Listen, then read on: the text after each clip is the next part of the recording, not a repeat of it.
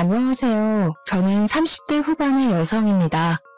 여러분들의 삶은 계획한 대로 잘 흘러가고 있나요? 저는 30대 초반까지만 해도 계획한 대로 평탄하게 살아가고 있었습니다. 그러다가 얼마 전 결혼한 뒤 여러 사건을 겪고 나서 이혼을 하게 되었어요. 사실 제 주변에는 이혼한 사람이 없어서 이혼한 사실을 말하기가 부끄럽기도 하고, 남들은 잘만 하는 결혼 생활을 저만 못했으니 제가 이상한 사람이 된 것 같은 생각에 자책만 하고 있었습니다. 그러던 중 우연히 이곳을 알게 되었고, 여기 사연을 하나하나 들어보니 저와 비슷한 사연을 겪으신 분들도 많고 저보다 더 심한 일도 겪으신 분들도 계시더라고요. 그런 사연을 들으며 위안도 받고, 저도 사연 속의 여러분들처럼 아픈 과거에서 벗어나 열심히 살아봐야겠다는 다짐도 하게 되었습니다. 이렇게 제가 누군가의 사연을 듣고 위로와 힘을 얻은 것처럼 청취자 여러분도 저의 사연을 듣고 용기를 얻었으면 하는 마음이 들어 저의 짧은 결혼 이야기를 한번 적어볼까 해요. 오늘 이 늦은 밤에 꼭 친정을 가야 해? 결혼하면 이제 매년 명절 때마다 갈 텐데. 자기야, 신혼여행 다녀와서 좀 쉬고 싶어. 너무 피곤한데 다음에 가자. 아무리 그래도 결혼식 했으면 친정에도 제대로 인사드려야지. 시댁엔 잘만 갔다 왔잖아. 게다가 자기는 한 번도 우리 집에 인사드리러 온 적 없잖아. 결혼식 후 신혼여행까지 마치고 원래는 바로 친정집에 인사를 드리러 가려고 했으나 거리상의 문제로 시댁에 먼저 인사를 드리게 되었습니다. 시댁에서 1박을 한 뒤 친정으로 가려는데 친정이 수도권에서 조금 먼 지방이라 남편이 너무 피곤하고 힘들다고 투덜대기 시작했어요. 사실 남편은 결혼 전에 부모님과 함께 살고 있었어요. 그래서 저는 결혼 전에도 시부모님을 종종 만났었고 예비 시댁에도 몇 번 놀러 갔었지만 남편은 한 번도 우리 부모님 집에 가본 적이 없었습니다. 왜냐면 처음으로 남편이 부모님께 인사를 드릴 때도 상견례 날에도 모두 부모님이 저희 집으로 오셨거든요. 우리 집에 한 번도 갈 생각이 없는 남편에게 섭섭한 마음이 들기도 했지만 그래도 그 당시에는 제가 남편에게 콩깍지가 제대로 씌워져 있어서 남편의 불편한 마음이 더 크게 느껴졌습니다. 그런 남편을 어르고 달래며 3시간가량을 달려 친정집에 겨우 도착했어요. 이야, 이게 집이야 궁궐이야? 너네 이렇게 잘 살았었어? 부모님이 브런치 카페 운영하신다더니 꽤 잘 되나 보다. 처음 남편이 저희 집을 보고 내뱉은 말은 감탄사였습니다. 사실 그렇게 잘 산다고 자부는 못하지만 아빠가 대기업을 다니고 있었고 몇 년 전 퇴직을 하셨어요. 그래서 친정 부모님은 노후를 시골에서 보내고 싶어 하셔서 그동안 모아둔 돈으로 시골에 헌집을 구매해 공들여 고쳤답니다. 겉으로 보면 꽤 멋진 새집 같아 보였을 거예요. 그리고 아빠 퇴직금 남은 돈으로 브런치 카페를 크게 차리셨거든요. 다행히 인테리어가 이뻐서 그런지 카페도 지역 맛집으로 소문이 나기 시작했어요. 꽤 수익이 쏠쏠하게 나면서 부모님 노후 자금만큼은 걱정하지 않을 정도였답니다. 이렇게 젊으실 때는 회사 생활을 안정적으로 하시고 퇴직 후에도 카페를 운영하시는 부모님 덕에 저는 부족함 없이 하고 싶은 것은 다 할 수 있었어요. 위서방, 오느라 고생했네. 신혼여행은 잘 다녀왔고? 네, 아버님, 잘 다녀왔습니다. 결혼 전에 한번 연락드리고 찾아뵀어야 했는데 그러지 못해서 너무 죄송해요. 이렇게 반갑게 와줘서 너무 고마워. 어서 들어와요. 출출하지? 내가 음식을 차린다고 차렸는데 맛이 있으려나 모르겠네. 엄마는 사위가 온다고 삼계탕에 전복에 장어구이 등 잔치상을 차려놓으셨더라고요. 음식이 너무 많아 식탁이 꽉 차서 더는 놓을 자리도 없는데 엄마는 자꾸 뭐가 없다면서 냉장고에서 뭘 더 꺼내놓으셨습니다. 세상에, 장모님, 음식이 너무 맛있어요. 앞으로 장모님 밥 먹으러 자주 와야겠어요. 집이 가까우면 이것저것 내가 해줄 텐데 그러지 못하니 너무 아쉽네. 그래도 뭐 생각나는 거 있으면 언제든지 말해. 사위가 먹고 싶은 건 내가 뭐든지 다 만들어줄 테니까. 잘 먹으니 참 보기 좋네. 남편은 올 때는 그렇게 투덜대더니 엄마의 음식을 보더니 언제 그랬냐는 듯이 부모님과 신나게 대화를 나눴습니다. 얼마나 사근사근하게 말을 잘하던지 남들이 보면 남편이 이 집 아들 같아 보일 정도였어요. 장모님, 이 식탁 너무 좋아요. 우리 엄마가 얼마 전에 이런 식탁 보고 눈을 못 떼시더라고요. 너무 좋다면서요. 어머, 안사돈이랑 나랑 보는 눈이 비슷하네. 그런데 사돈댁에 식탁이 없어? 사실 식탁이 없어요. 원래 있었는데 좀 오래돼서 버리고 그냥 바닥에 앉아서 식사하세요. 그런데 요새 엄마가 허리가 너무 안 좋아지셔서 걱정이세요. 그러셨어? 허리 안 좋으시면 맨바닥에 오래 앉아있기 힘들 텐데. 어차피 우리 식탁 바꾸려고 했으니까 이참에 이 식탁 자네 집에 가서 사용하겠나? 에이, 그래도 여보, 어떻게 우리가 사용하던 식탁을 줘요? 그냥 하나 새로 사줘요. 이거 뭐 그렇게 비싼 것도 아닌데. 부모님은 식탁이 비싸지도 않으니 사주시겠다고 했지만 제가 알기로는 이 식탁이 나름 백화점에서 산 제품이라 200만 원 정도 했습니다. 남편은 부모님이 시댁에 식탁을 사주겠다는 말에 싱글벙글해서는 밥을 다 먹고는 자신이 직접 설거지를 하겠다고 하더라고요. 당연히 우리 부모님은 말렸지만 그래도 남편은 끝까지 설거지하겠다고 하며 싱크대 앞에 자리를 잡았고 부모님은 거실로 밀려날 수밖에 없었어요. 내가 해야 하는데 첫날부터 우리 사위 시켜 먹어서 어쩐담? 안 사더니 싫어하시지 않을까 몰라. 제가 맛있는 거 얻어먹었잖아요. 게다가 식기세척기가 있어서 아주 금세 끝났어요. 저희 엄마도 식기세척기 있으면 정말 편하게 설거지 하실 텐데. 집에 식기세척기 없어? 안 사돈 힘드시겠네. 우리 사돈댁에 식탁도 보내고 식기세척기도 보내야겠어. 헉, 정말요? 정말 감사합니다, 장모님.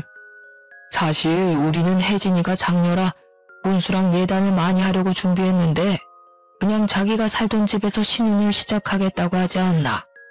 사돈댁에서 예물 예단도 필요 없다고 하지 않나. 거기에 스몰 웨딩 한다고 하며 결혼식 비용도 제법 아꼈잖아. 그래서 뭐 하나 더 선물해드리려고 했거든. 그래서 뭘 살까 고민하고 있었는데 자네가 이렇게 말해줘서 오히려 우리 고민 하나 덜었네. 대신 우리 혜진이 시댁에서 일 적당히 할 수 있도록 중간 역할 잘해주게. 알겠나? 장인어른, 여부가 있겠습니까? 시댁 가면 손에 물도 묻히지 않게 하겠습니다. 흐흐, 우리 사위가 못하는 말이 없구만. 그럼 우리는 든든한 사위만 믿겠네. 그렇게 친정에서 처음으로 같이 잠을 자고 다음날 새벽부터 엄마는 시댁에 보내드리겠다며 각종 음식에 과일을 한가득 챙겨주셨어요. 얼마나 많은지 자동차 트렁크에 가득 싣고도 자리가 부족해서 뒷자리까지 음식이 가득했습니다. 남편은 올 때와는 다르게 아주 표정이 밝아 보였고 그런 남편을 보며 저는 다행이라는 생각을 했어요. 그렇게 제가 살던 집에서 첫 신혼생활을 시작했습니다. 신혼 2개월 정도 되었을 때였어요. 부모님이 건강검진을 하러 카페 문을 며칠 닫고 저희 집에 오시기로 했어요. 사실 부모님이 사시는 곳이 지방이라 제대로 된 대학병원이 없어서 1년에 한 번씩 제가 서울에서 건강검진을 시켜드렸었거든요. 당연히 제가 직접 부모님을 모시려고 했는데 남편이 이번에 사회노릇 좀 제대로 하고 싶다며 저 대신 부모님을 모시겠다고 그러더라고요. 저는 그런 남편에게 너무 고마워서 퇴근길에 남편이 좋아하는 회랑 매운탕을 포장해서 집에 왔답니다. 부모님도 제가 아닌 사위가 직접 데려오니까 웃음꽃이 피셨더라고요. 그런데 집에 웬 명품 정장이 한 벌 있었어요. 그런데 이 정장은 뭐야? 아빠가 입고 오셨어? 내가 이 서방 한 벌 사줬다. 조금 있으면 사돈 처녀 시집 간다면서 사위가 그때 입고 갈 정장이 없다고 하더라. 오늘 너무 고마워서 내가 한 벌 사줬어. 그리고 너는 결혼을 했으면 이 서방 밥 잘 챙겨줘야지. 이서방 살 빠진 거 봐라. 내가 볼 때마다 안쓰러워 보여서 점심때 소고기 사줬다. 부모님은 남편에게 고맙다며 점심에는 소고기를 사주고 오후에는 고급 브랜드 정장까지 한 벌 맞춰주셨습니다. 물론 저도 남편에게 정말 고마웠지만 사실 얼마 전에 식탁에 식기세척기도 사줬는데 정장까지 한 벌 해줬다는 말을 듣고 너무 과하다는 생각이 들었어요. 그래도 남편이 친정 부모님과 잘 지내는 모습을 보니 사이가 나쁜 것보다 좋은 게 낫겠지 싶어 속으로만 삼켰답니다. 그렇게 3개월 후 아가씨의 결혼식이 코앞으로 다가왔어요. 사실 남편의 집은 그다지 넉넉한 형편이 아니라서 아가씨의 혼수와 예단을 준비하는 것이 많이 부담되는 것 같았습니다. 그래서인지 남편은 자신이 결혼 전부터 모아왔던 적금을 깨려고 하더라고요. 저 역시 모른 척할 수 없어서 결혼식 날 축의금 200만 원을 했어요. 친정 부모님도 아가씨에게 축의금 100만 원을 전달했습니다. 원래는 결혼식에 참석도 하시려고 했는데 그날은 부모님이 일이 있으셔서 어쩔 수 없이 축의금만 제 편으로 보냈어요. 그렇게 결혼식이 무사히 끝나고 다음 날이었습니다. 남편과 제가 집에서 쉬고 있는데 시어머니한테서 전화가 왔습니다. 잘 지내고 있니? 결혼식 와서 고생 많았지? 준이 결혼한다고 축의금 200만 원 준 것은 고맙게 생각한다. 그런데 너네 부모님 말이다. 축의금 100만 원이 뭐니 100만 원이? 심지어 결혼식에 오시지도 않고 말이야. 부모님이 그날은 일이 있으셔서 어쩔 수 없었어요. 그런데 축의금 100만 원이 부족하다는 말씀이세요? 그래, 솔직히 너네 집 잘 살잖아. 그런데 이 액수는 좀 실망스럽구나. 원래 가족끼리는 200만 원씩 줘야 하는 거다. 사돈이 좀 많이 아낀 거 맞지? 요즘 장사가 잘 안 된다니? 그런 건 아니에요. 저희 집안에선 가족끼리 100만 원이면 많은 편이거든요. 다음부터 참고할게요, 어머님. 다음이 어딨니? 우리 딸 결혼하면 우리 집안의 결혼식이 또 어딨다고 그러니? 게다가 내가 결혼한다고 너희 집에 예물이나 예단을 바란 것도 아니었는데 금액을 보니 조금 실망스럽구나. 솔직히 결혼식 때 한 번 본 사돈처녀 결혼식에 100만 원이면 꽤 큰 금액 아닌가요? 저랑 부모님이 합쳐서 300만 원이나 축의금을 냈는데 그 금액이 작다고 대놓고 말씀하시는데 기분이 많이 상하더라고요. 결국 저는 결혼하고 처음으로 시어머니 말에 대들었죠. 어머님, 그래서 예물이나 예단 안 바란다고 하셔서 저희가 어머님 집에 식탁이랑 식기세척기도 따로 보내드렸거든요. 감사하다는 의미로 보내드린 건데 기억 못 하시는 건 아니죠? 어머, 얘 좀 봐. 그건 그거고 이건 이거지. 이제 보니 너가 부모님 닮아서 돈을 아끼나 보다. 결혼 전에도 반반 결혼식이니 뭐니 하더니만. 이럴 줄 알았으면 우리 아들 너희 집안이랑 결혼 안 시켰다. 네? 어머님, 좀 생각하고 말씀하세요. 어머님이 결혼시키고 안 시키고가 중요한 게 아니에요. 솔직히 남편이 집을 해왔나요? 아니잖아요. 남자가 집을 안 해왔는데 그럼 여자가 집도 해오고 홀수도 다 해와야 하나요? 너 따박따박 말대꾸 하는 거 보니까 우리 아들이 아주 잡혀 살겠구나. 너 설마 준호가 집 못 해왔다고 맨날 구박하고 그러니? 너네 부모님까지 눈치 주고 그러냔 말이야. 그래, 저번에도 말이야. 준호가 연차까지 쓰고 너네 부모님 병원 모시고 갔다던데 너네 부모님도 우리 준호 개무시하는 게 틀림없어. 100년 손님이 사위를 막 부려먹는 처가가 어딨니? 그건 어머님이 착각하신 거예요. 저는 남편한테 그러라고 부탁한 적도 없고 저희 부모님도 원래 제가 모시려고 했어요. 그런데 남편이 사위 노릇 제대로 해주고 싶어서 먼저 나서서 그런 거고요. 어머님 입장에서 귀한 아들이니 그렇게 고깝게 들리셨겠지만 저희 부모님도 귀한 사위 대접 제대로 해주고 있으니까 비꼬아서 듣지 않으셨으면 해요. 목소리가 점점 커지자 남편이 제 전화를 뺏어들더니 자기가 엄마랑 직접 통화하겠다며 방으로 들어가 버렸습니다. 10분 정도 기다리니 남편이 나왔습니다. 어머니랑 오해가 좀 있었던 것 같아. 통화는 잘했으니까 자기는 신경 안 써도 돼. 방 안에서 남편이 쩔쩔매는 목소리가 들렸지만 모른 척 했습니다. 어련히 잘 통화했겠지 싶어서 그냥 알겠다고만 했네요. 그리고 명절이 다가왔어요. 시댁에서 처음 맞는 명절이라 이쁜 한복을 차려입고 갔습니다. 하지만 시댁 분위기는 차가웠어요. 이미 음식도 준비가 다 되어 있었고 시모는 제게 거들라고 말 한마디 하지 않더라고요. 저를 본체만 채 했습니다.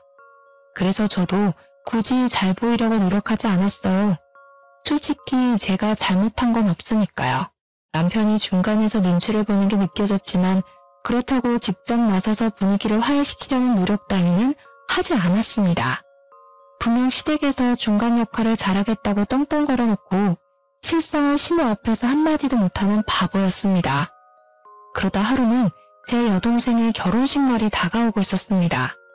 솔직히 축의금으로 치사하게 굴기 싫어서 남편에게도 시부모에게도 얼마 넣냐는 말을 일절하지 않았습니다.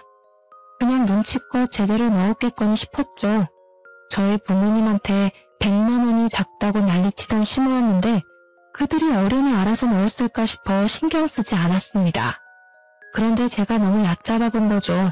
신혼여행을 갔다 온 여동생이 면세점에서 사온 선물을 가져다 줄 겸 인사하러 왔었어요. 남편은 그날 야근이 있는 바람에 여동생을 만나지 못했어요. 이런저런 얘기를 하다가 축의금 얘기가 나왔어요. 여동생이 쭈뼛쭈뼛대더니 저희 남편에겐 절대 비밀로 하라며 말해주더군요. 언니, 형부한테 절대 말하지 말고 언니만 알아도? 사실 형부가 축의금으로 5만 원을 넣었더라고. 알고 있었어? 뭐? 5만 원? 다른 사람이랑 헷갈린 거 아니야? 나도 그런 줄 알았는데 언니 시댁도 전부 인당 5만 원씩 넣었더라고. 요즘 식대비가 5만 원이 넘어가서 조금 실망하긴 했는데 뭐 돈 바라고 결혼한 건 아니니까 남편이랑 나랑 신경 안 쓰기로 했어. 아, 내가 괜히 말했나 봐. 언니 신경 쓰지 마. 솔직히 요새 친구 결혼식에도 축의금 10만 원을 내지 않나요? 요즘 식대비가 5만 원이 넘어가잖아요. 돈의 액수보다는 사람 성의가 더 중요하다지만 그래도 내 남편과 내 시댁이 그랬다는 게 너무 서운하고 자존심이 상했습니다. 게다가 얼마 전 축의금 300만 원으로도 작다고 난리친 그 시댁이 맞나 싶었어요. 여동생의 말을 도저히 믿지 못해서 10시에 야근을 마치고 남편에게 물었습니다. 당신 현지 결혼식 날 축의금 얼마 했어? 설마 5만 원 넣은 건 아니지? 여보, 나 너무 피곤하다. 밤늦게 일하고 온 사람한테 왜 바가지를 긁으실까? 지금 좀 씻고 싶은데 비켜줄래? 피하려고 하지 마. 사실대로 말하면 비켜줄게. 진짜 5만 원 넣은 거 맞아? 아이 참. 그래, 5만 원 넣었다 왜? 처제가 너무 작다고 그러디? 처제도 그렇게 안 봤는데 사람을 돈으로 보나 봐? 정성이 중요한 거지.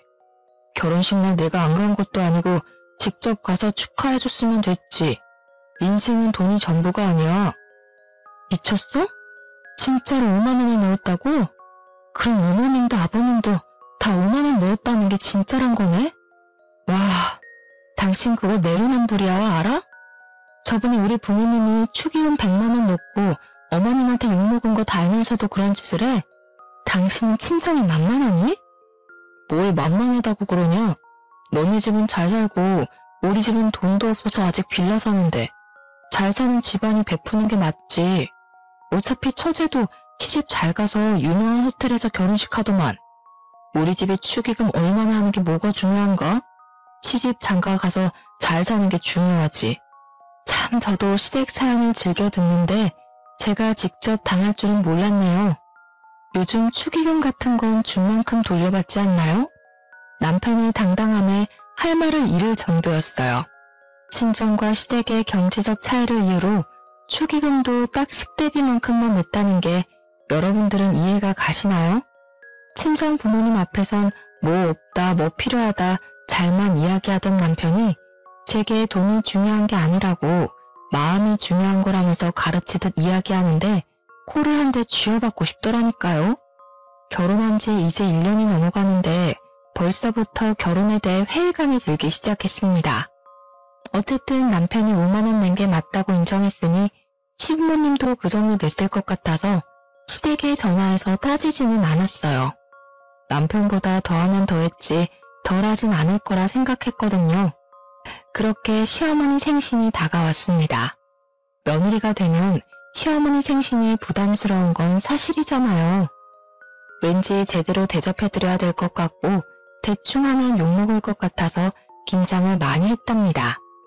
그런데 남편이 이런 말을 꺼내더라고요. 우리 엄마는 미역국 별로 안 좋아해. 여보가 그렇게 긴장할 필요 없어. 집에서 요리하고 치우면 그게 더 일이잖아. 엄마도 집에서 먹는 것보다 외식하는 걸 더 좋아하실걸? 그래도 며느리 데리고 첫 생신인데 아무것도 안 하면 또 뭐라 하실 것 같은데 괜찮을까? 내 말대로 해. 내가 엄마랑 같이 산 지가 몇 년인데 내가 매년 엄마 생신 때 미역국 해주려고 해도 엄마는 외식 한번 해주는 게 더 낫다고 그러셨어. 여보도 괜히 힘들게 집에서 요리하지 말고 그냥 소고기 사드리게 음식점만 미리 예약하자. 남편의 말을 듣고 유명한 소고기집을 예약했답니다. 그렇게 생일 당일 남편과 저는 시부모님을 모시고 음식점으로 향했어요. 그런데 예상치 못한 말을 듣고 말았습니다. 원래 생일날에는 며느리가 만든 미역국 한번 맛봐야 하는데 바쁜 며느님 덕에 나는 미역국도 못 얻어먹는구나. 아, 어머님, 준호씨가 분명 어머님 미역국 좋아하시지 않는다고 하고 차라리 외식하는 게 낫다고 해서 음식점으로 예약했는데 소고기는 마음에 안 드세요? 넌 왜 이렇게 눈치가 없니? 며느리가 만들어준 요리를 싫어하는 시어미가 어딨다고. 아들이 그렇게 말해도 시어미 생일에 며느리는 요리로 거하게 대접해야지. 아유, 내가 말을 말아야지. 그렇게 식사를 마치고 후식을 먹고 있었는데요. 시모의 말 한마디에 뜻밖의 사실을 알게 되었습니다. 참, 그리고 저번에 너네 여동생 결혼식 말이다. 내가 준우 통해서 축의금 100만 원이나 냈는데 어쩜 감사 전화 한 통이 없니? 네? 그게 무슨... 설마 저번에 내가 너네 부모님이 100만 원 축의금 준 것이 작다고 해서 지금 삐져서 그러는 거야? 솔직히 너네 집은 100만 원이 쉬운 돈이겠지만 우리 집에서 100만 원이면 정말 큰 돈이다. 그리고 액수를 떠나서 어른이 이렇게 생각해서 축의금 내고 했으면 당연히 감사 인사 정도는 해야 기본 예의 아니니. 저는 시어머니의 말을 듣고 혼란에 빠져 있었습니다. 그 순간 시모 입을 막으려는 남편이 보이더군요. 여동생이 저한테 거짓말을 했을 리는 없고 중간에 남편이 돈을 가로챈 게 분명히 보였어요. 어머님, 뭔가 오해가 있는 것 같아요. 여동생이 축의금 받은 거 정산해봤는데 저희 시댁에선 인당 5만 원씩 냈다고 하더라고요. 그런데 100만 원을 보내셨다고요? 어머, 얘 좀 봐. 우리 집을 거지로 하니? 사돈 처녀 축의금을 5만 원 주는 사람이 어디 있어? 요새 축의금 최소가 10만 원인데 얘가 날 뭐로 보고? 그게... 엄마, 내 말 좀 들어봐. 얘가 왜 이렇게 들러붙어? 넌 내가 준 100만 원 어쨌길래 받은 사람은 5만 원밖에 못 받았다니? 설마 너가 중간에 가로챈 거야? 저와 시모가 동시에 남편을 째려보자 남편이 시모 귀에다 속닥속닥 뭐라고 말을 하더군요. 그런데 저는 귀가 좋아서 톡톡히 다 들었어요. 엄마, 사실은 그 안마 의자 있잖아. 그 돈이야. 그거 아직 와이프한테 말 안 했단 말이야. 엄마는 그걸 왜 지금 말해서 사람 곤란하게 만들어. 뭐? 안마 의자요? 어머님, 제 남편이 안마 의자를 사드렸어요. 아, 뭘 그렇게 따져대. 그냥 그러려니 하고 좀 살아. 어떻게 그렇게 살아? 어머니가 100만 원이나 주셨는데 너가 그걸 가로챘다는 게 말이 되는 소리야? 그리고 그 돈으로 안마 의자를 샀다고? 안마 의자 최소 200만 원은 넘어가. 네가 무슨 돈이 있어서 그 비싼 걸 샀냐고. 아들아, 네가 직접 말해봐라. 분명 네가 용돈 모아서 샀다고 그랬잖니. 근데 그 돈이 우리가 준 사돈처녀 축의금이라고? 며느리 말이 맞니? 대화가 예상치 못한 분위기로 흐르자 눈치를 보던 시모가 헛기침을 하더니 시부를 데리고 시댁에 빠른 걸음으로 가더라고요. 집에 가자마자 남편한테 하나하나 물었어요. 그래, 사실 우리 엄마가 처제 결혼한다고 100만 원 주셨어. 그런데 조금 있으면 엄마 생신인데 이모, 고모, 삼촌, 엄마 친구들 다 있는 안마의자 우리 엄마만 없더라. 그래서 처제한테는 나중에 집들이 할 때 좋은 선물 주고 지금은 일단 그 축의금에 내 용돈 조금 보태서 엄마 안마의자 먼저 사드린 거야. 이게 그렇게 잘못된 거야? 우리 엄마한테 돈 100만 원 못 받아서 그렇게 아쉬워? 너네 집 잘 살잖아. 겨우 100만 원 가지고 뭐 그리 난리야. 벼룩에 간을 빼먹어도 유분수지. 솔직히 지금 남편이 미안하다고 싹싹 빌어도 부족할 판국에 오히려 큰 소리니 저는 그저 어이가 없었습니다.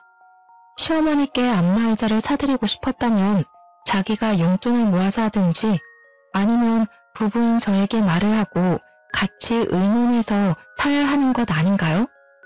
남편은 그래놓고 뭘 잘했다고 이렇게 당당한지 저는 당최 이해가 가지 않았습니다.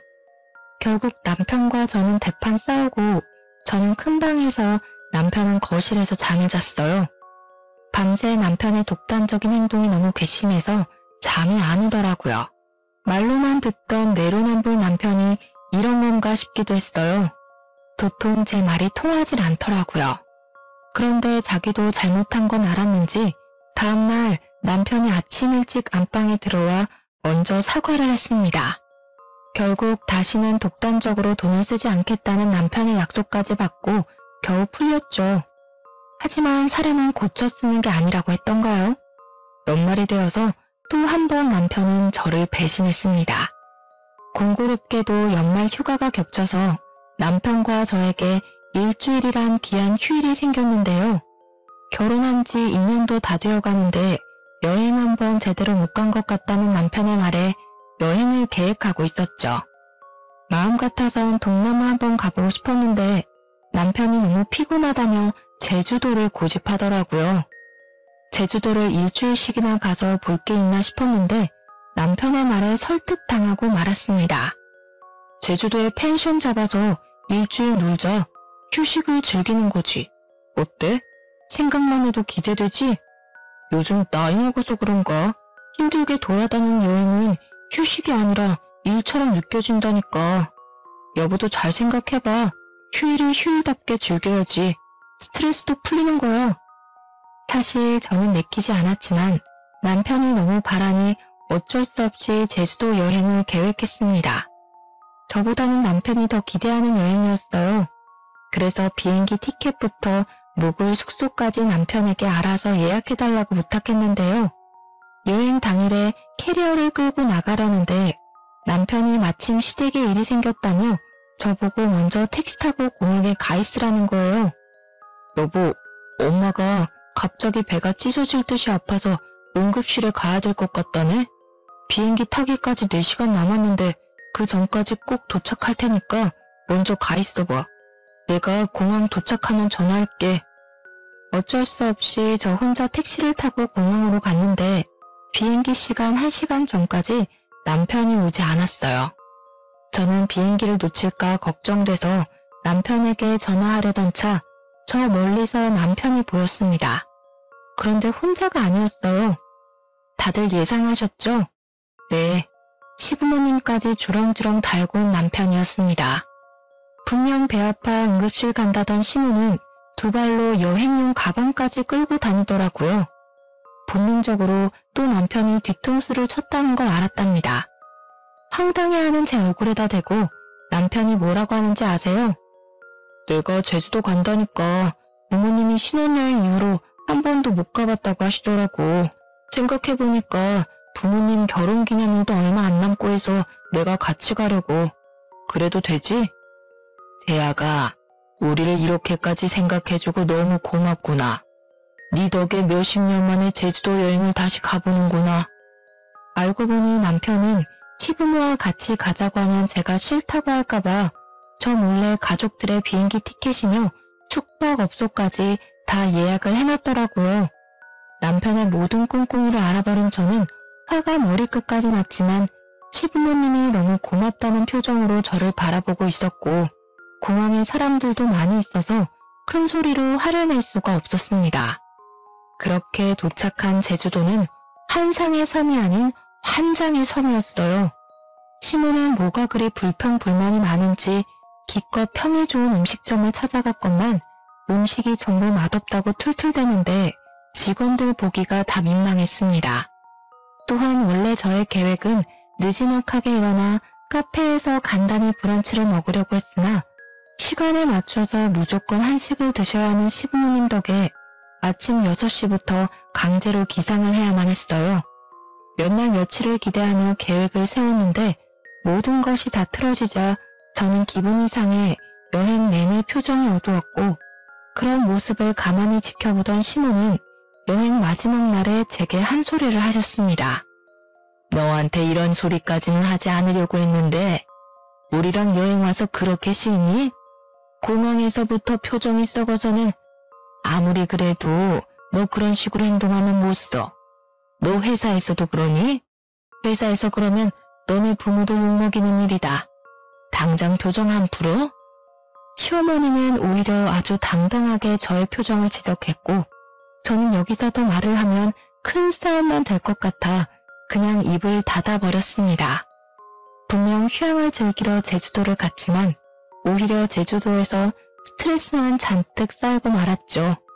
게다가 더 어이없었던 것이 뭔지 아세요? 여행이 마치고 나서 부부의 생활비 통장을 정리했는데 제 생각보다 금액이 많이 비어있더라고요. 저는 이상해서 남편에게 물어봤습니다. 우리 제주도 갔잖아. 비행기 티켓, 숙소 추가로 더 예약한 거 우리 통장에서 빼서 썼지. 당연히 같이 가는데 우리 통장에서 써야 하는 것 아니야?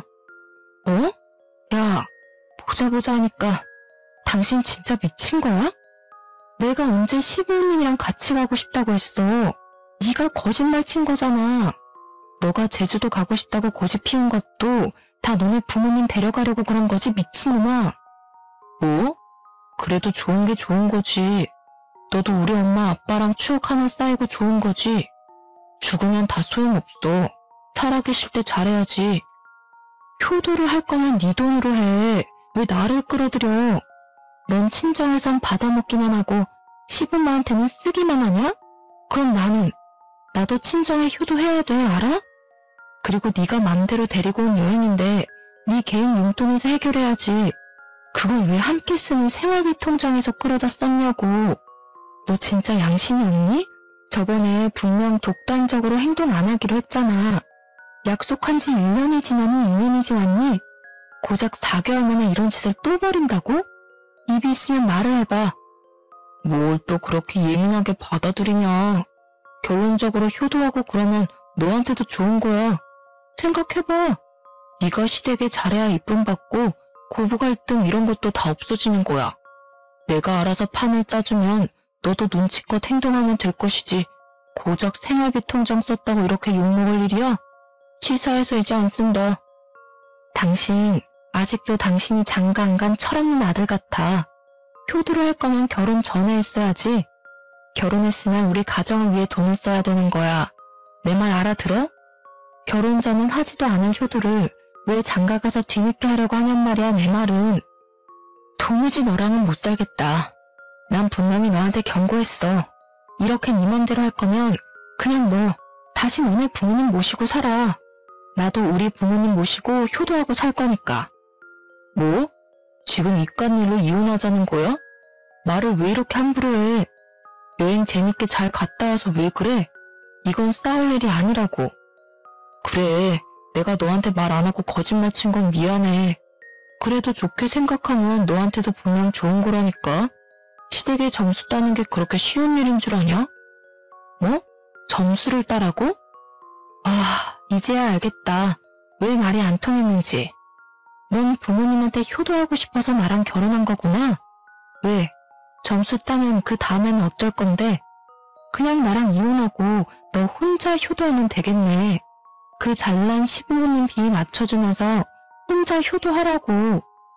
자기 가족만 생각하는 모습에 질려버린 저는 결국 남편에게 이혼하자고 말하고 방으로 들어왔습니다. 그 뒤로 저와 남편은 계속 각방 생활을 했어요. 그렇게 한 달 정도 지났으려나요? 새벽 1시가 넘어가도록 남편이 오지 않았습니다. 마음속에 이혼을 품고 있어서 그런가 전혀 걱정 따윈 되지 않았습니다. 다음 날이 되어도 오지 않길래 그냥 무시하고 출근을 했죠. 점심시간쯤 시모에게서 연락이 왔는데요. 글쎄 남편이 술에 잔뜩 취해서 시댁 앞에서 자고 있는 걸 집 안으로 들여서 재웠으니 걱정 말라는 거 아닙니까? 그냥 알겠다고 대충 대꾸하고 끊으려고 했는데 시모가 뜻밖의 말을 꺼냈습니다. 사실 준우가 권고사직을 당했다는구나. 너한테도 말을 못할 정도로 애가 충격이 큰가 봐. 네가 잘 추슬려줬으면 하는구나. 그래도 너가 돈을 벌고 있으니까 얼마나 다행이니? 너무 아들한테 스트레스는 주지 말았으면 하는구나. 그리고 너네 결혼한 지 2년이 넘어가는데 왜 아이 소식이 없니? 아이는 부부 사이의 축복이란다. 기르다 보면 부부 금슬도 더 좋아지고 애 키우는 재미로 살다 보면 10년 훌쩍이다. 그러니 안 되더라도 좀 더 노력했으면 하는구나. 이혼을 하겠다는 말이 목 끝까지 차올랐지만 차마 말하진 못했어요. 들어보니 남편은 회사가 어려워져 단체로 권고사직을 당했다고 하더군요. 그런 백수 아들이 걱정되었던 시모는 2년 동안 꺼내지 않던 임신 얘기를 꺼내더라고요. 참 기가 차더라고요. 그 순간 시모 말을 듣고 정신을 바짝 차리게 되었어요. 지금 임신하면 내 인생 더 꼬이겠구나 하고 말이에요. 애 때문에 이혼 못한다는 말이 있듯이 저도 아이가 있었다면 감히 이혼 생각은 못했을지도 모르죠. 그런데 아직 다행인지 자연 임신은 되지 않았어요. 오히려 이혼할 수 있는 마지막 기회라고 여겨지더라고요. 그래서 생각만 하고 있던 이혼을 실행하기 위해 합의 이혼서를 출력해 화장대에 숨겨놓았습니다. 어려울 때 사람 버리는 거 아니라는 말이 있어서 양심에는 좀 찔렀지만 그래도 어쩌겠습니까? 시작부터 글러먹은 인간이었는걸요. 오히려 제가 너무 늦게 깨달아서 지나간 시간들이 너무 아까웠답니다. 마음속에 정말로 이혼수를 품고서 남편을 대하기 시작했어요. 집에 들어온 남편이 평소보다 더 눈치를 보며 잘하려고 노력하더라고요. 아침마다 아침밥을 차려주고 집안 청소도 완벽하게 해놓고요. 제가 퇴근할 때마다 주인 기다리는 강아지 마냥 저를 기다리고 있었습니다. 그러니 얼었던 마음이 살짝 녹기 시작하더라고요. 막상 심하게 시집살이를 당하고 산 것도 아니고 남편이 바람을 핀 것도 아닌데 이런 걸로 이혼이 될까 싶은 생각이 들었습니다. 참 어리석게도 합리화를 하기 시작했어요. 그때부턴 하루아침에 일자리를 잃은 남편이 불쌍해 보이더군요. 그러던 찰나 친정에서도 큰일이 생기고 말았는데요. 부모님이 운영하시던 브런치 카페 매출이 뚝 떨어져서 망해버린 거였죠. 부모님 말로는 주변에 대형 카페들이 연이어 생기면서 매출이 낮아지더니 최근에 온라인 리뷰가 좋지 않게 달리는 바람에 더 이상 운영이 힘들다고 하더라고요. 결국 부모님은 카페를 싼값에 이전해버렸고 시골에 공들여 지으셨던 집도 팔아버렸습니다. 집까지 팔았다는 말에 제가 깜짝 놀라 이유를 물었어요. 우리 딸 놀라지 말고 들어. 사실 엄마가 서울에 좀 살아야 될 것 같아서 그래. 응? 갑자기 서울에 왜? 혹시 건강에 문제 생긴 거예요? 저번에 대학병원에서 검진받은 거 있지? 그런데 거기서 자궁암이 의심된다고 그래서 추가 검사를 더 받아보라고 그러길래 검사를 좀 했더니 치료가 필요한 단계라고 그러네. 매번 시골에서 왔다 갔다 하기 힘들 것 같아서 서울에 집을 따로 구하기로 너네 아빠랑 결정했단다. 엄마는 우리 현아랑도 더 많은 시간 함께 보낼 수 있어서 좋다고 그랬어. 자궁암? 엄마 많이 심각해요? 설마 뒤늦게 발견해서 치료가 급한 거래? 딸, 걱정하지 마. 그 정도로 심각한 건 아니야. 사실 치료만 받으면 충분히 완치될 수 있다고 의사쌤이 그러셨어. 요즘 의료기술이 뛰어나서 약만 잘 먹고 경과보면 될 것 같다고 그러셨어. 안 되면 제거 수술하면 되니까 너무 걱정하지 말고. 저는 덤덤하게 말씀하시는 엄마의 모습을 보니 마음이 너무 아팠습니다. 눈물이 차올랐지만 엄마가 속상해하실까봐 울지도 못하겠더라고요. 그렇게 눈물을 힘겹게 참으며 부모님의 이사를 도와드리고 밤이 늦어서야 집에 왔습니다. 사실 부모님 이사를 도와드리러 가면서 남편에게 같이 가자고 말을 했었거든요. 어차피 남편이 지금 회사에 다니는 것도 아니고 집에서 노는데 충분히 갈 수도 있잖아요. 그런데 남편은 당당하게 싫다고 하더라고요. 뭐? 이사 가는데 도와달라고? 내가 무슨 이삿짐 센터냐? 또 남자라고 험한 일 시키려고 그러는 거지? 여보, 지금 말 다 했어? 부모님 아파서 이사 오시는데 그것도 못 해줘? 이삿짐 불러서 오는 거고 당신은 딱히 할 일도 없을 거야. 그냥 얼굴만 비추는 건데 그것도 못 해줘? 에이, 장인어른도 사이 불편해서 없는 게 나을 거야. 어차피 서울로 오면 자주 볼 텐데 뭘 이삿날까지 얼굴을 비춰야 되냐? 그냥 적당히 도와주고 와. 결국 남편 없이 짐을 전부 옮기고 부모님은 제가 살고 있는 집에서 30분 거리의 아파트로 이사 오셨어요. 밤늦게 집에 도착하니 남편이 혼자 TV를 보며 맥주를 마시고 있었어요. 어디로 이사하셨어? 설마 우리 집 근처야? 그럼 매일 너 친정 가겠다고 난리치는 거 아닌가 몰라. 나는 사위라서 친정이 불편해. 너가 중간 역할 잘해줬으면 좋겠다. 친정 가고 싶으면 혼자 가고. 어? 말을 왜 그딴 식으로 하냐? 됐어, 너 필요 없어. 너 친정에 절대 오지 마. 화가 치밀어 오른 저는 남편이 마시던 맥주를 그대로 남편 얼굴에 쏟아부었어요. 네가 진작에 개차반인 줄은 알았지만 이 정도일 줄은 꿈에도 몰랐다. 우리 진짜 갈라서자. 내일 술 깨고 손이 발이 되도록 빌어도 나는 기필코 니놈이랑 이혼할 테니까 그런 줄 알아. 남편은 마시던 맥주를 얼굴에 맞고 화가 나 어쩔 줄을 몰라 했고 저는 그런 남편이 너무 꼴보기가 싫어 발 닦던 걸레로 얼굴을 덮어버렸어요. 그리고는 간단한 짐을 챙겨 친정 부모님 집으로 가버렸답니다. 처음으로 부모님께 이혼에 대해 말씀드렸어요. 새벽까지 제가 당한 남편의 내로남불 사건들에 대해 낱낱이 말했네요. 그런데 아빠의 표정이 심상치 않았습니다. 아빠가 화를 잘 내지 않는 성격인데 남편 얘기를 할 때면 주먹을 꽉 쥐시더라고요. 그놈이 중간 역할을 제대로 하지도 못하고 심지어 회사에서 잘렸는데도 저가의 얼굴 한번 비추러 오지 않는다 이 말이구나. 내일 당장 그놈 오라고 연락해라. 아빠, 걔는 친정 불편하다고 이삿날에도 안 왔다니까? 근데 내 연락받고 오겠어? 안 오면 고소한다고 연락해라.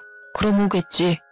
그리고 너 합의 이혼 따위는 생각도 하지 말고 무조건 소송할 테니까 그렇게 알아.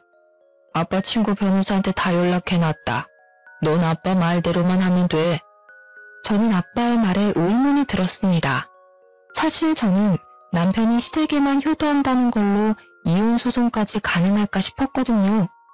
그런데 확신에 찬 아빠의 표정을 보고 뭔가 큰일이 생기겠다 싶었네요. 아빠가 한 번 화나면 정말 무섭거든요. 그래서 남편에게 꼭 친정에 오라고, 안 오면 이혼은 물론이고 고소당할 줄 알라고 문자 보내놓으니까 다음날 아침 대바람부터 친정에 와 있더라고요. 아버님, 저 현아랑 이혼하기 싫습니다. 저 백수 됐다고 버리시는 겁니까? 장인어른 어떻게 그러실 수 있어요. 저 현아한테 부족함 없이 다 했다고 생각했는데 갑자기 이혼이라뇨. 아빠는 무릎 꿇고 있는 남편의 얼굴에다 여러 장의 종이를 던지고 충격적인 말을 꺼내셨는데요. 뭐? 백수 됐다고 버려? 이 머저리 같은 놈아. 너네 집이 가진 것 없어도 난 사람 하나 보고 결혼 허락한 걸세. 근데 이제 허다하다 저가 뒤통수를 쳐? 이놈은 인간 되긴 글렀어. 아주 콩밥 먹고 정신 차려야지. 그 말에 저도 놀라서 아빠가 뿌린 종이를 한 장 주워서 읽었는데요. 종이엔 블로그 게시글이 빼곡히 써져 있었어요. 음식이 전부 맛이 없고 카페가 청결하지 못하다는 내용이었죠. 심지어는 커피에 벌레가 나왔다, 머리카락이 나왔다 이런 내용까지 있더라고요. 설마 해서 아이디를 봤는데 남편이 자주 쓰던 메일 주소였어요. 그리고 블로그에서 험담하던 그 카페는 저희 부모님이 운영하시던 브런치 카페였고요. 쪽팔린 건 아닌지 남편은 그 종이를 막 주워 담으려고 바닥을 기었습니다. 그리고 연이은 아빠의 말에 남편은 두 손을 싹싹 빌기 시작했는데요. 넌 처가가 운영하는 카페가 잘 되는 게 그렇게 배가 아팠냐? 뚫린 입으로 한번 말해봐라. 네가 인간의 몸으로 이딴 짓을 해? 장인어른, 오해가... 너가 우리 카페에 와서 빵을 사 먹기랬어, 커피를 마시기랬어. 사진 도용까지 해가면서 카페 망하게 만들고 싶었냐?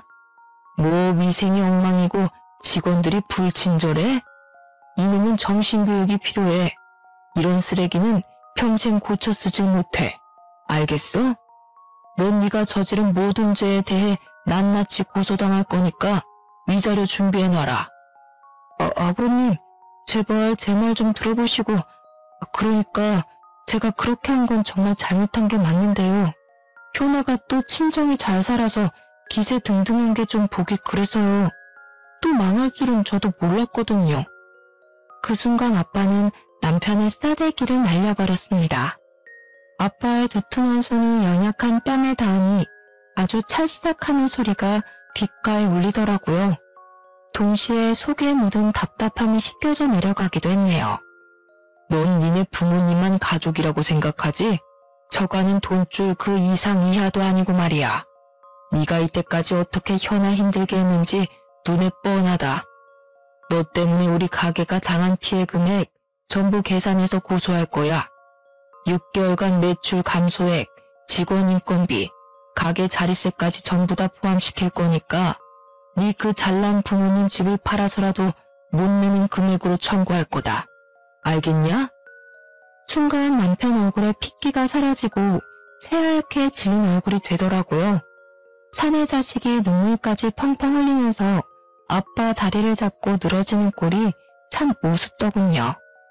어떻게 또 뒤통수를 칠 수 있는지 남편과 결혼한 제 자신이 너무 부끄럽기만 했습니다. 알고 보니 아빠는 가게 매출이 떨어질 때부터 이 사실을 알고 있었더라고요. 차곡차곡 증거를 수집했고 그 블로그의 주인이 제 남편이란 걸 알게 되었을 때 하필 엄마가 자궁암 소견 때문에 대학병원 치료를 받아야 해서 가게를 접기로 결정한 거였습니다. 아빠는 당연 사위에게 실망이 가득했고 차마 저한테 묻지도 못하시고 혼자서 증거를 모아서 변호사와 고소를 준비하고 있었던 거였죠.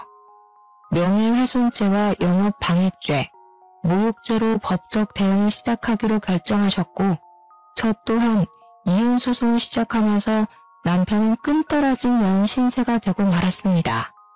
이혼소송으로 남편에게 받을 수 있는 위자료는 몇 푼 되지 않더라고요. 대신 돈이 전부 떨어진 남편은 맞고소는 물론이고 변호사 선임 비용조차 없었기 때문에 시댁에서 진짜 집을 팔아서 손해배상을 해야 될 처지에 놓였죠. 그런데 갑자기 시댁에 사준 식탁과 식기세척기가 생각이 나더라고요. 그것도 핸드폰이 아닌데 그걸 그대로 둘 수는 없잖아요? 그래서 주말에 용달차를 불러 시댁에 무작정 들어가서 식기세척기와 식탁을 다시 가져왔습니다. 야, 사람이 줬다 뺏는 게 어딨어? 지금 시어미한테 뭐하는 짓이야? 아줌마가 내 시모야? 나 당신 아들이랑 이혼했어. 이혼했으니 우리 집 물건은 다시 내가 가져가야지, 안 그래? 이년이 진짜 오늘 너 죽고 나 죽어보자. 전 시모는 제 머리채를 잡으려고 난리를 쳤습니다. 그 순간 뒤에 숨어있던 여동생이 나타나 핸드폰으로 그 장면을 전부 찍어버렸죠. 나 때리기만 해. 이거 다 녹화해서 당신 폭행죄로 고소해버릴 거야. 아들은 허위사실 유포에 영업방해죄, 그 엄마는 폭행죄로 고소 걸리면 아주 볼만하겠네. 그치? 제 말에 전 시모는 헛기침을 하며 방으로 들어가 버렸고 그 사이 저희 부모님이 사준 모든 물건을 다 빼내왔습니다. 그게 시댁과 전남편과의 마지막이 되었네요. 나머지는 아빠 친구 변호사님이 알아서 처리해 주시기로 해서 마음 편히 기다렸네요. 저희 엄마는 다행히도 진행 상태가 심각하지 않았던 터라 제거 수술을 받고 회복 중에 계십니다. 저희 가족끼리 전 남편에 대한 말은 입 밖에도 꺼내지 않게 되었네요. 저희는 원래 살던 집을 팔고 친정 부모님이 사시는 서울집에 함께 살고 있어요. 여전히 회사도 다니고 있고 달라진 건 이제 이혼녀가 되었다는 사실 하나예요. 전 남편이 워낙 분리수거도 못할 쓰레기라 이혼의 후회는 없어요. 오히려 이혼 안 했으면 제 미래가 더 끔찍했을 거고요. 그래서 제 과거는 오늘 사연으로 훌훌 털어버리고 앞으로 펼쳐질 제 인생에 집중하기로 했답니다. 지금까지 다사다난했던 저의 이야기 들어주셔서 감사합니다. 모두 행복하세요.